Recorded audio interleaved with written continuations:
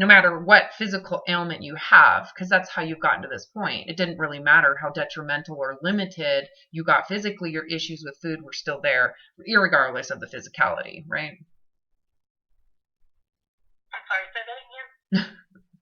You're going to have to rewind this when I'm recording. Are you okay with the recording? Yeah, okay. I know that I can't care about my weight, but at the same You time, can't, because your weight is a consequence. It is what has happened because you have not focused on these other issues at all.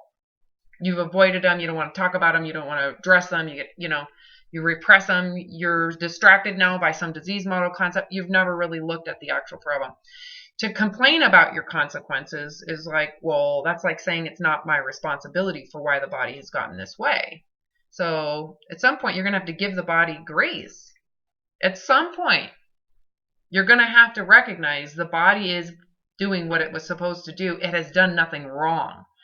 All of my physical limitations are because I refuse to face these emotions, the food is hiding.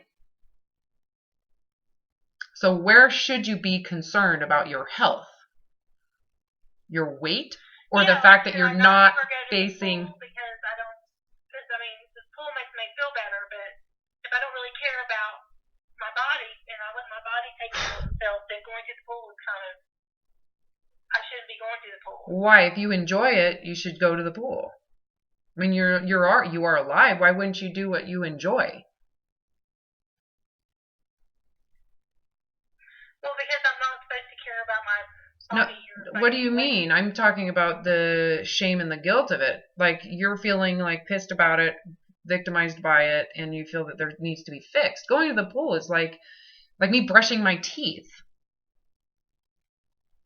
Am I telling you not to actually brush your teeth?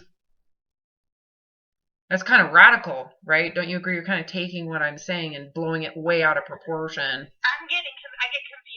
I get confused about how to take care of myself. And so what I'm saying is why you need to give it grace, or you're judging it. There's a big difference between what you're currently doing, which is judgmental, feeling resentment, feeling sorry for yourself about it. And what I'm saying is you need to give it grace, because this is what happens when people have that relationship with food and they refuse to address it. Right? Give your weight as a consequence of that grace. Forgive it. Give it some forgiveness. Is it not forgivable? This is what happens. Is that not forgivable under the circumstance? Let me see if I can help you see this again. If someone else has this relationship with food that you have, and they become morbidly obese, should they be pissed about their weight gain? No, I don't mean to be pissed at it. Well, that's just one word of many to describe what you feel about it. Limited, lacking, held back, all of the resentment you may have about it. Does it make sense for someone who has this relationship with food to even have any negative feelings about the consequence when they're unwilling to actually face the original issue that is the in fact cause?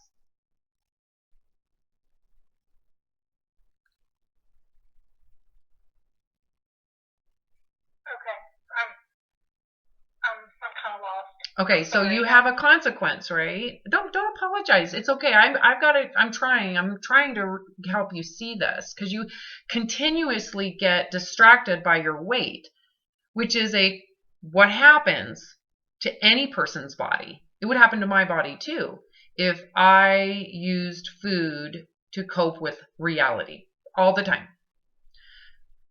Right? Wouldn't it? Yeah. Okay. So would it make sense for me to then be upset about what's happened to my body if I'm still unwilling to look at this relationship with food? Make sense? Well, I don't feel like I'm not looking at it. Well, you keep on getting distracted by your weight. Like, this whole conversation is about I should do nothing about my weight even though I'm really uncomfortable in it. Well, of course, my answer is you should live. I mean, you should go to the store. You should walk, go to the pool. I mean, you brush your teeth. But don't complain about it. Just accept it. Go into acceptance. Accept it. What happens when you accept that this It feels has... like I don't accept it when I'm if I accept that, then I do. If I don't care about my weight, it's like I feel like I'm letting go of not taking care of myself. Yeah. I could see why you would feel that way. Has really focusing on your weight made a positive impact in your life?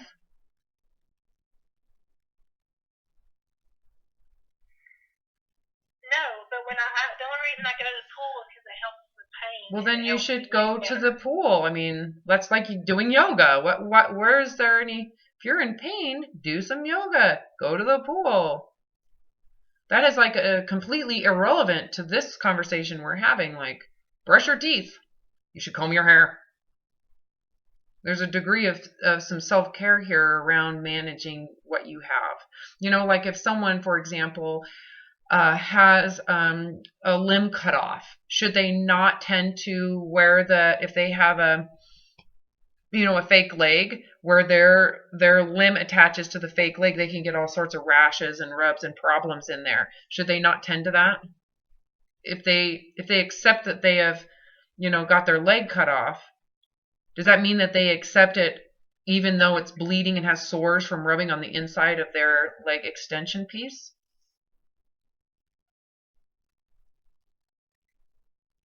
Make sense? I don't know if Yeah. you're seeing that. It's like, well, just because they've accepted that they've lost a limb and they've moved on emotionally doesn't mean they actually don't care for the limb. I guess it feels like when I'm if I'm not dieting, then or that when I'm not hungry, like that's a diet. Say that one more And so time. You kind of broke up. when I'm not eating like I normally eat, it feels like a diet, even though I'm not eating. Yes. I'm only eating when I get hungry. Yep, and that would make sense based on relative to your normal way of eating, right? Yeah. It would feel depriving because that means you feel resentment or pissed off about it. So then that would make it a diet, some form of deprivation. Relative to the way you have been using food, eating based on hunger would feel horrible, right? Because think of all the reasons why you choose to eat and what you're exposing yourself to. I mean, it would be so easy just to eat when you're bored. Don't you agree? That would be so easy for you. Yeah, but it feels like when I overeat, it takes a part of my soul, which means I still care about eating. Yes, yeah. It's like every time I get better, when I go back into eating too much. Well, you need to ask yourself why. Go into why do I continue to eat beyond what's satisfying? Why do I got to keep on going? What emotions in here? So maybe what this is, Heather, is it's not just the choice to eat, but it's also the motive for how much you should be eating, right? So you're still maybe hiding, even if you're waiting until you're hungry, those emotions are still hiding and coming forward and using the food at the time you're hungry to be placated. Does that make sense? And then that's why you would then go to fullness. The other thing would be if you're feeling bad about what you're eating, you would absolutely overeat. That's how it works, because you feel like you've done something wrong. The other thing is you might be holding yourself to some concept of perfection around it, eating to hunger. I see this commonly for people who want to lose weight, but they don't want to diet, right? Yeah, I mean, I would be lying to myself if I said, I listened to your video that you posted about the last stage of the recovery process, and I was like, if I get to the point where I don't care about my weight anymore, then first of all, I'm not there because But if I did, I would never go on any kind of diet or never again. anything that would restrict, even if whatever it is, any kind of protocol or any kind of restriction. There's no point to it. Yeah, there's no point to it. Yeah, and you really do, hold on a second, you have to look at why you would be accepting your weight as it is in any condition. Why is it? Why would someone do that?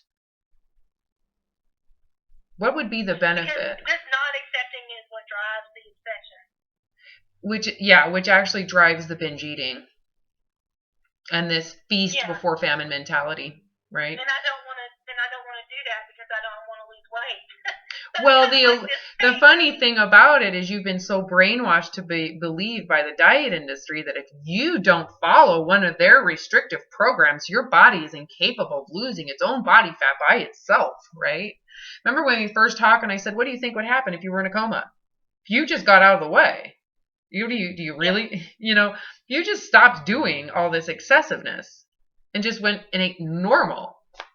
What has happened to your weight has required extreme degrees of excessive eating. If you just get rid of the extreme degree of excessive eating, what do you think is going to happen to your weight?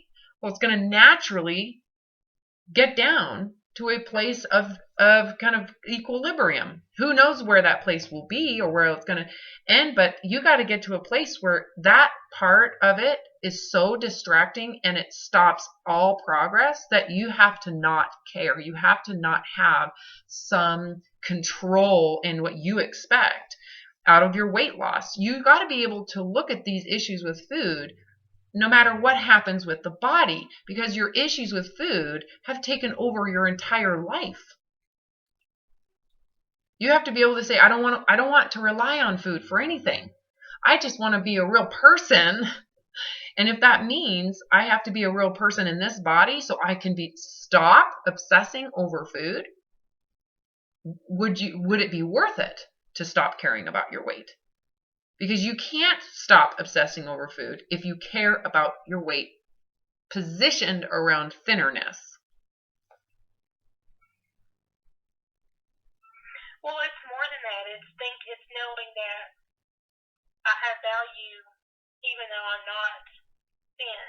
Like I looked at, I think I'll get better because I went to Walmart yesterday and there was a skinny little girl, this skinny young lady, this thin young lady, walking to the place, the store, and I was driving and I saw her and I was like, there's, just because she's thin doesn't.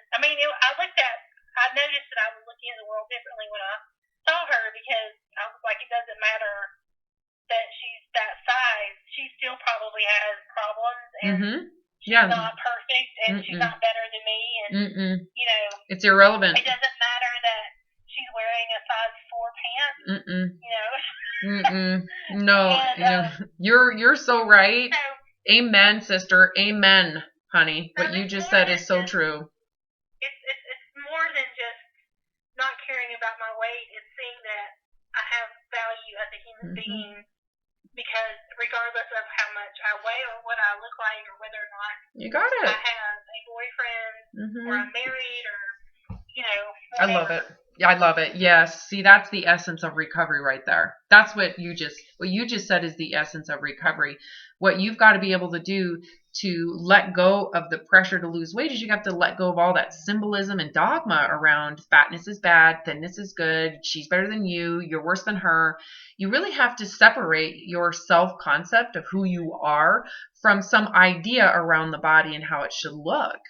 And imagine you're doing the same thing that someone who gets a fire and they have burn scars all over them. Does that mean that the essence of their soul is burnt and bad because they don't look like a normal person anymore? No. But here's what led me to this thing that we talked about earlier. I just remembered it. I had a normal day the other day where I was eating normally, but I ate Chinese food which had a lot of salt in it.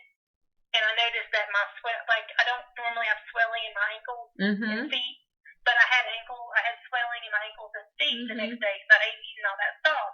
So I was thinking I need to eat something that doesn't have a lot of salt in it, so the swelling will come down. Because I noticed that all over swelling is Yeah, did you eat? I eat better food. So that was my question. Like, how do I differentiate eating food myself Yeah. versus. So I love what you're saying, because I think that's relevant what you're saying. Because, so for example, if I eat too much lettuce, I get diarrhea. Little TMI. But if I eat too much kale and the hard to digest without taking a digestive enzyme, I get diarrhea. Period. Okay. So how do you think I manage that? I don't eat very much. Too much lettuce. You got it. So it's not a matter of I'll never eat lettuce again. I can hear you. I'm right here. I'm right next to the phone. Okay. It's not a matter of I will never eat lettuce again and it's unhealthy for me and oh my God, what should I do? It's a matter of, say that again. So what'd you say? Are you there? Yeah, I'm right here. Okay, now I hear you. Okay, so it's not a matter of I should never eat lettuce or kale again. It's bad for me. I should really probably think about either taking a digestive enzyme or not eating very much. Because it really is hard on my stomach. I get stomach pain. Same with like watermelon. If I eat too much watermelon, right? If I eat too much cheese, if I eat a lot of one thing, I definitely get a response to it. When I'm about to have my period, anything makes me bloat. Traveling. I was wearing these kind of flip-flop Tevas this weekend. We flew to Denver from Boise, which isn't very far, not very different. And my feet were so swollen that the actual flip-flops left a mark, like an actual indent in my feet. Flip-flops, right? So, part of this is accepting the humanness of the body you have, but also being aware you can have, Chinese food. You can have that, but maybe you need to think about doing the low sodium soy sauce or asking for less salt or not eating as much. How much did you eat? Take that into account. Are you still, like you said earlier, I'll eat when I'm hungry, but I'm still eating way too much until I'm totally uncomfortable. Look at the big picture. And some of this is, again, it's distracting to the big picture. Yeah, if I stand for a really long period of time, my lower back hurts. Should I never stand again? Because then when I sit for long periods of time, my hips really hurt really bad, especially when I cross my legs, right? So some of it is a natural, it's not a moral thing. The problem with eating disorders in general is that, the diet industry has really brainwashed you to believe in the morality of it, as if salt is bad.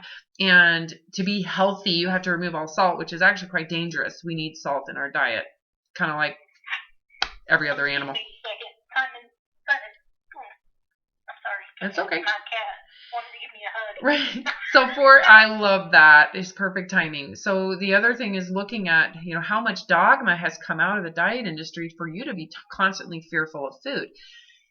Again, it's all in relation to fearing your weight, So listen to your body. If there's something to you that's makes you really uncomfortable when you eat it, then eat less. Doesn't mean that you've done something wrong or there's something bad. It just means that maybe you need to cut down on that.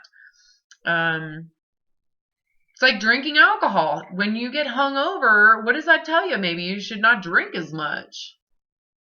It doesn't mean you should never drink again. It just means you might want to keep yourself in check. Yeah. And for some people, it's miserable every time and they don't like to drink.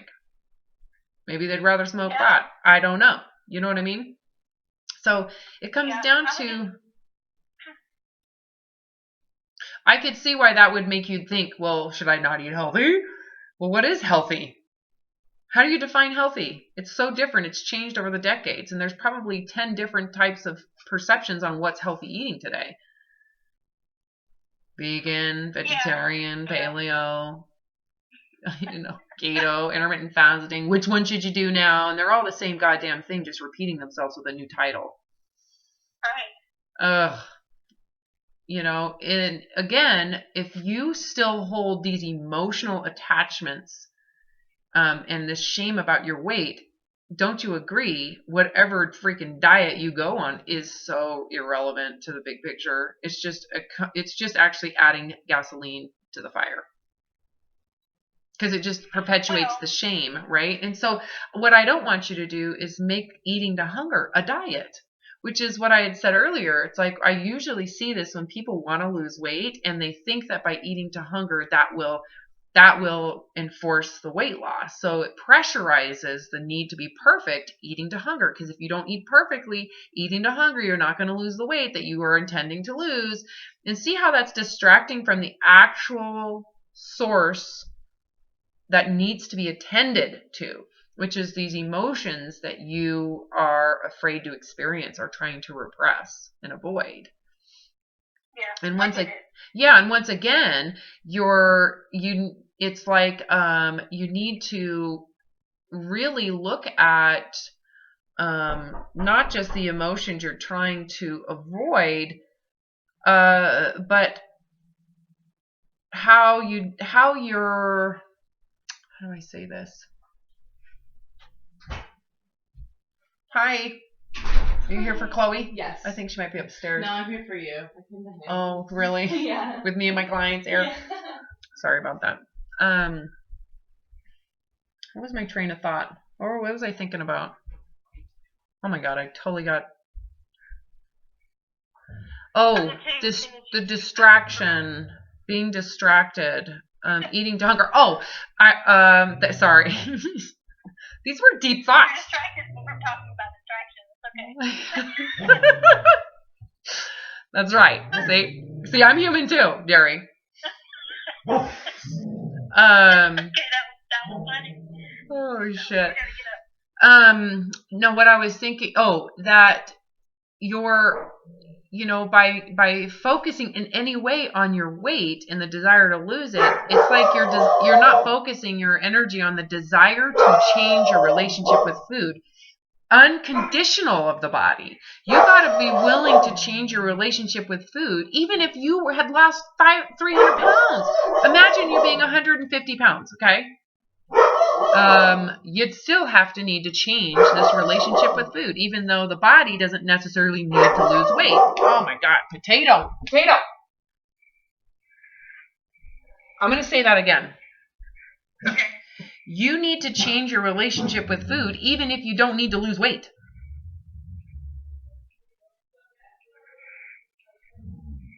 Don't you agree? How you're relating to food is not okay. Even if you were thin, it's not okay. Because it's hiding from you're hiding your emotional development. Even if you're thin. You're coping. You're not facing your issues. Right? So the problem with thinking that you need to do this for weight loss is you're not doing it to face the issues. You're doing it for some physical need that you think you have. And so you're missing the mark. The mark isn't over here at your weight.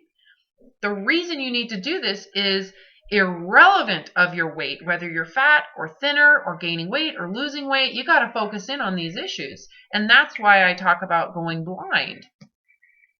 How would this change, Heather, if you were blind right now, something terrible happened, you get eye cancer, they got to take your eyeballs out and you're blind. How would this change things for you? Well, I wouldn't be able to see myself. It'd probably make it easier. Just by going blind. Yeah. Just think about that for a second. If I was blind and my weight became irrelevant. Well, just think about it. Just stay on the course of where I have you looking. If, in relation to this, in relation to how you relate to food, okay, let's do this in your mind. I want you to imagine this. In relation to food, what would happen to this whole thing if you went blind and couldn't see your weight and anybody else's response to it?